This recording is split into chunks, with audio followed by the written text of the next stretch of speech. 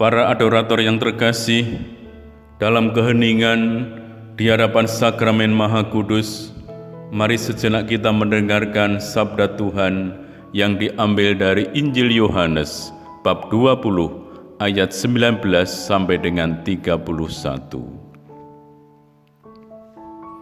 Setelah Yesus wafat disalib pada malam pertama sesudah hari Sabat, berkumpullah murid-murid Yesus di suatu tempat dengan pintu-pintu yang terkunci karena mereka takut kepada orang-orang Yahudi.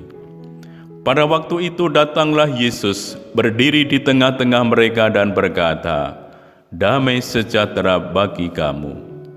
Sesudah berkata demikian, Yesus menunjukkan tangan dan lambungnya kepada mereka. Murid-murid itu bersukacita ketika mereka melihat Tuhan. Maka kata Yesus sekali lagi, "Damai sejahtera bagi kamu. Sama seperti Bapa mengutus aku, demikian juga sekarang aku mengutus kamu." Dan sesudah berkata demikian, Yesus menghembusi mereka dan berkata, "Terimalah Roh Kudus. Jikalau kamu mengampuni dosa orang, dosanya diampuni. Dan jikalau kamu menyatakan dosa orang tetap ada, dosanya tetap ada." Pada waktu Yesus datang itu, Thomas, seorang dari ke-12 murid yang juga disebut Didimus, tidak ada bersama-sama mereka. Maka kata murid-murid yang lain itu kepadanya, "Kami telah melihat Tuhan." Tetapi Thomas berkata kepada mereka, "Sebelum aku melihat bekas paku pada tangannya, dan sebelum aku mencucukkan jariku dalam bekas paku itu, dan mencucukkan tanganku dalam lambungnya, aku sama sekali tidak akan percaya." 8 hari kemudian, murid-murid Yesus berada kembali dalam rumah itu, dan Thomas bersama-sama dengan mereka. Sementara pintu-pintu terkunci, Yesus datang. Ia berdiri di tengah-tengah mereka dan berkata, "Damai sejahtera bagi kamu." Kemudian Yesus berkata kepada Thomas, "Taruhlah jarimu di sini dan lihatlah tanganku, ulurkanlah tanganmu dan cucukkan ke dalam lambungku, dan jangan engkau tidak percaya lagi, melainkan percayalah." Thomas menjawab kepadanya, "Ya Tuhanku dan Allahku." Kata Yesus kepadanya, "Karena telah melihat aku, maka engkau percaya. Berbahagialah mereka yang tidak melihat namun percaya." Memang masih banyak tanda lain yang dibuat Yesus di depan mata murid-muridnya yang tidak tercatat dalam kitab ini. Tetapi semua yang tercantum di sini telah dicatat supaya kamu percaya bahwa Yesuslah Mesias, Anak Allah, dan supaya oleh imanmu itu kamu memperoleh hidup dalam namanya. Demikianlah Injil Tuhan.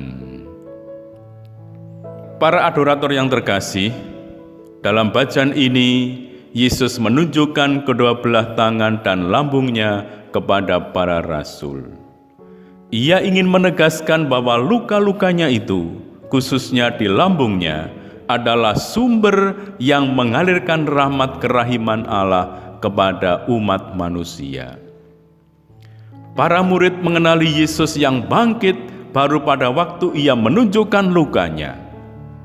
Ini mungkin sekali karena mereka dibutakan oleh harapan-harapan mereka yang tidak terpenuhi, perasaan kehilangan dan putus asa. Dengan cara yang sama, kita juga dapat menjadi buta oleh ketakutan dan kesusahan kita. Yesus berkata, "Damai sejahtera bagi kamu." Damai yang diberikan oleh Yesus bukanlah damai yang diberikan oleh dunia. Damai ini adalah damai batin yang mengalir dari kehadirannya. Dalam perjumpaan itu, Yesus mengubah kelompok orang-orang yang ketakutan dan kebingungan menjadi komunitas kasih. Dalam komunitas itu, para murid dihimpun bersama. Mereka dipanggil untuk menjadi seperti Yesus dan bersama-sama melanjutkan perutusan yang diberikan kepadanya oleh Bapa. untuk menyatakan wajah Allah yang berbelas kasih, Allah yang berbela rasa dan mengampuni, dan untuk memberikan hidup abadi kepada semua yang menerima Dia. Thomas tidak hadir ketika Yesus menampakkan diri kepada murid-murid lain. Thomas menolak untuk percaya akan apa yang dinyatakan para murid lain. Kami telah melihat Tuhan. Tampaknya ia terpisah dari mereka, marah terhadap mereka. Mungkin ia iri hati atau terluka karena mereka mengalami sesuatu yang istimewa ketika ia tidak ada. Ia mengatakan kepada mereka bahwa ia hanya akan percaya sesudah mencucukkan jarinya ke dalam luka-luka Yesus. Seminggu kemudian, ketika Thomas ada bersama-sama dengan para murid lain, Yesus menampakkan diri lagi dan berkata, "Damai sejahtera bagi kamu." Sangat mengesankan untuk melihat bagaimana Yesus menjumpai Thomas dan menerimanya sebagaimana adanya. Yesus menerima tantangan Thomas tanpa mencela dan menyalahkannya. Ia menanggapi kebutuhan Thomas yang terungkap dalam kata-katanya, kalaupun itu keluar dari sikap kurang percaya. Hati Thomas tergerak dan ia mencucukkan tangannya ke dalam lambung Yesus dengan kasih dan hormat serta berseru, "Ya Tuhanku dan Allahku." Ia menegaskan bahwa kerahimannya selalu mengalir sebab memang dicurahkan olehnya kepada semua ciptaan. Untuk apa? Supaya manusia dapat hidup, dapat bahagia, dapat merasa bernilai tinggi, dapat mengasihi. Sungguh manusia bukan siapa-siapa tanpa kerahiman Tuhan. Siapa saja diri kita dan apa saja yang kita lakukan adalah pemberian, rahmat, kasih karunia Tuhan. Tuhan selalu setia, biarpun manusia sering mengutukinya. Mengapa? Sebab kemuliaan martabat manusia ialah jiwa dan hatinya yang terdalam, dan justru itulah yang dilihat secara langsung oleh Pencipta. Maka biarpun manusia menolak dirinya, ia tidak pernah menolak siapapun juga. Ia tetap ingin setiap manusia sebahagia dirinya sendiri. Apa yang sebenarnya dikerjakan Tuhan dalam jiwa manusia? Pertama, ia memenuhinya dengan kerahiman. Artinya, Tuhan dalam bekerja sama dengan manusia berusaha menyadarkannya bahwa yang terpenting dalam hidup rohani bukanlah sesuatu yang lahiriah, yang bisa menipu siapa saja, melainkan yang paling batiniah dan yang sulit dicapai, yakni mengasihi, mengampuni, selalu bersikap positif. Mula-mulanya mengasihi diri sendiri secara sehat, artinya menerima kedosaan masa lampau dan membereskannya.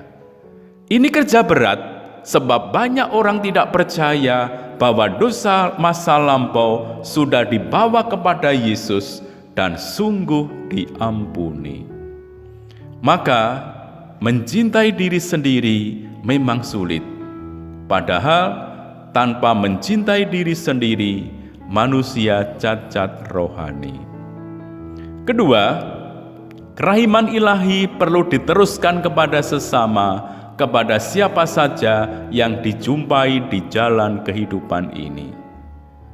Mengasihi manusia searti berbelas kasihan padanya.